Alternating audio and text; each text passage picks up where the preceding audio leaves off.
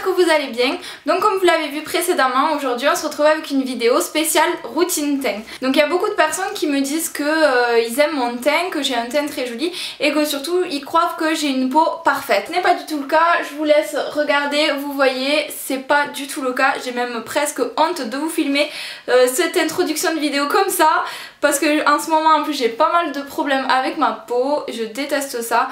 Mais bon c'est pas grave, vous me voyez naturel au moins. Donc du coup aujourd'hui je vais vous montrer comment moi je fais ma routine teint pour avoir un teint le plus parfait possible. Allez c'est parti. Donc je vais vous montrer comment réaliser un teint parfait et surtout avec des produits vraiment pas chers du tout, abordables à tous. Donc on va commencer. Alors pour commencer en fait je vais venir appliquer une base. Donc moi j'utilise la Skin Trainer CC Blur de chez Kiko et en fait c'est un flouteur de teint, ça vient vraiment lisser l'apparence des pores, lisser le grain de peau, c'est super joli. Je l'applique avec les doigts sur tout le visage. En plus ça a un fini assez matifiant et comme j'ai une peau grasse, ça cache directement l'effet gras en fait de la peau, ça matifie, il y a un fini velouté qui est très confortable. Du coup je vais venir appliquer mon fond de teint, donc vous en avez certainement dû en entendre parler puisque je l'utilise très souvent ces derniers temps. C'est le infaillible fond de teint tenue et confort 24 heures de chez L'Oréal. Donc vous connaissez certainement le mat que j'utilisais beaucoup, que j'adorais, mais comme il n'y avait plus ma teinte j'ai basculé sur celui-ci. Donc moi j'applique mon fond de teint au pinceau.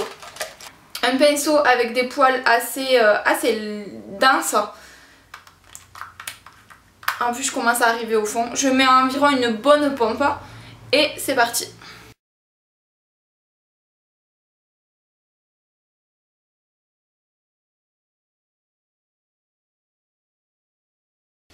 Et donc ensuite je continue en appliquant un anti-cerne de chez Sephora. Donc là je prends un anti-cerne assez haute couvrance parce qu'en ce moment j'ai quelques cernes. Sinon je viens prendre souvent des petites touches éclat, par exemple celle de chez Yves Saint Laurent, j'en ai une de chez Estée Lauder qui sont super bien, qui sont beaucoup plus légers. Donc pour les personnes qui sont très cernées je vous conseille des anti-cernes comme ceux-ci qui vont bien camoufler. Mais si vous n'êtes pas trop cerné et que vous voulez pas quelque chose de trop épais, je vous conseille de prendre plutôt des touches éclat qui sont plus légères et plus fluides. Donc je viens mettre une bonne tartine.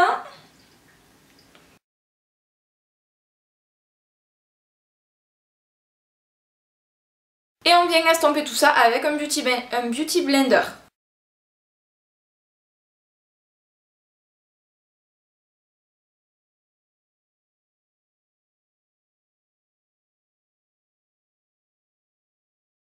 Voilà, donc là on se retrouve avec un teint plutôt cadavérique, mais c'est pas grave, on va venir réchauffer tout ça par la suite.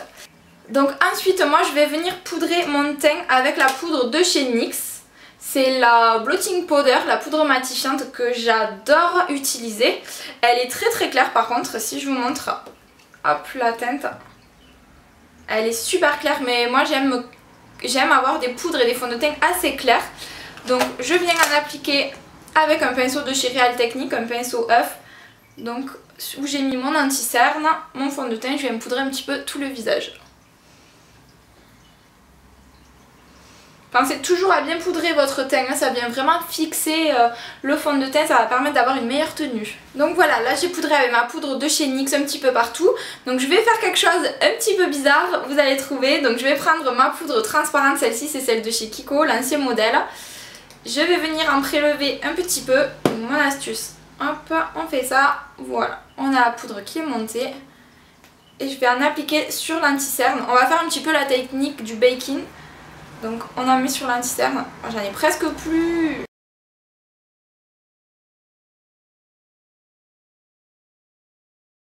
Et je reprends de nouveau mon pinceau œuf et je viens reprendre encore ma poudre translucide, j'en mets de nouveau sur le front, le nez et le menton, c'est la zone médiane, celle qui a tendance le plus à briller dans la journée. Donc je viens vraiment fixer parce que cette poudre elle est très matifiante, elle permet vraiment de fixer et de matifier le fond de teint.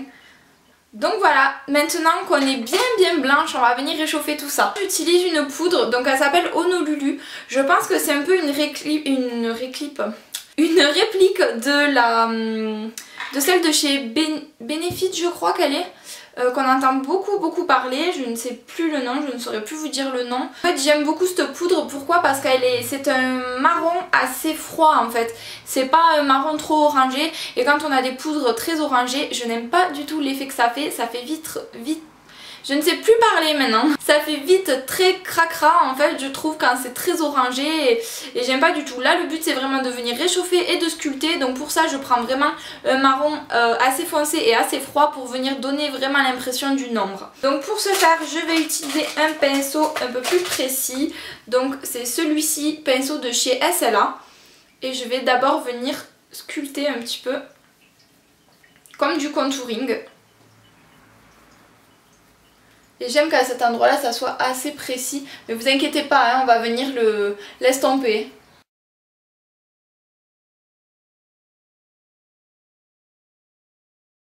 Et du coup je vais venir prendre un pinceau un peu plus épais, donc pareil de chez SLA, je reprends un petit peu de matière et j'en mets au ras de mes cheveux, sur les tempes, comme du contouring, et je vais venir flouter la barre que j'ai fait au niveau de sous l'os de ma joue. Alors du coup une fois que ça c'est fait, je reprends mon pinceau œuf de tout à l'heure et je vais venir enlever le surplus de poudre blanche que j'avais mis.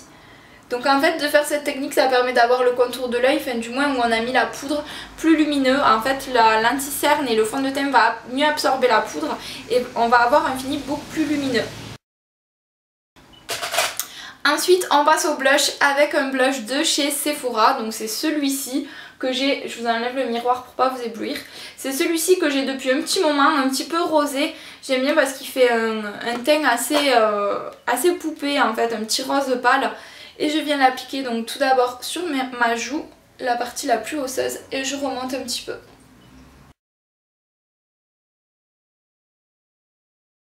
Et pour finir mon teint, une petite touche d'highlighter, ça fait du bien. Donc pour ça je vais utiliser la palette de chez Essence et je vais prendre la teinte du milieu qui est celle-ci. Donc c'est un highlighter qui n'est pas super clair non plus, donc ça va pas faire boule à facette, je vous rassure. Donc pour ça je vais prendre un petit pinceau éventail. Je vais prélever un petit peu de ma poudre et je vais le déposer juste sur la partie la plus osseuse. Vraiment vers l'extérieur du visage. On ne vient pas en mettre ici hein, bien sûr. On reste vraiment sur l'extérieur de la partie la plus bombée. Et voilà, on en a terminé.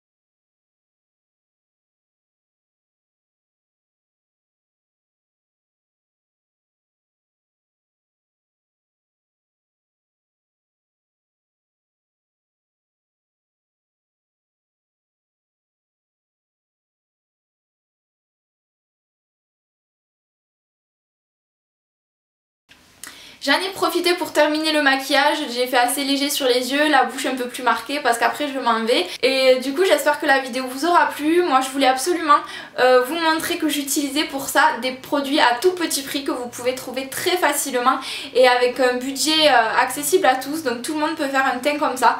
Donc comme vous le voyez, vous l'avez vu, le avant-après est assez impressionnant puisque j'ai une peau vraiment pas terrible et avec tout ça on arrive à faire plutôt quelque chose de sympathique. J'espère que vous avez aimé cette vidéo et voilà, moi je vous embrasse bien fort, je vous retrouve très prochainement dans de prochaines vidéos.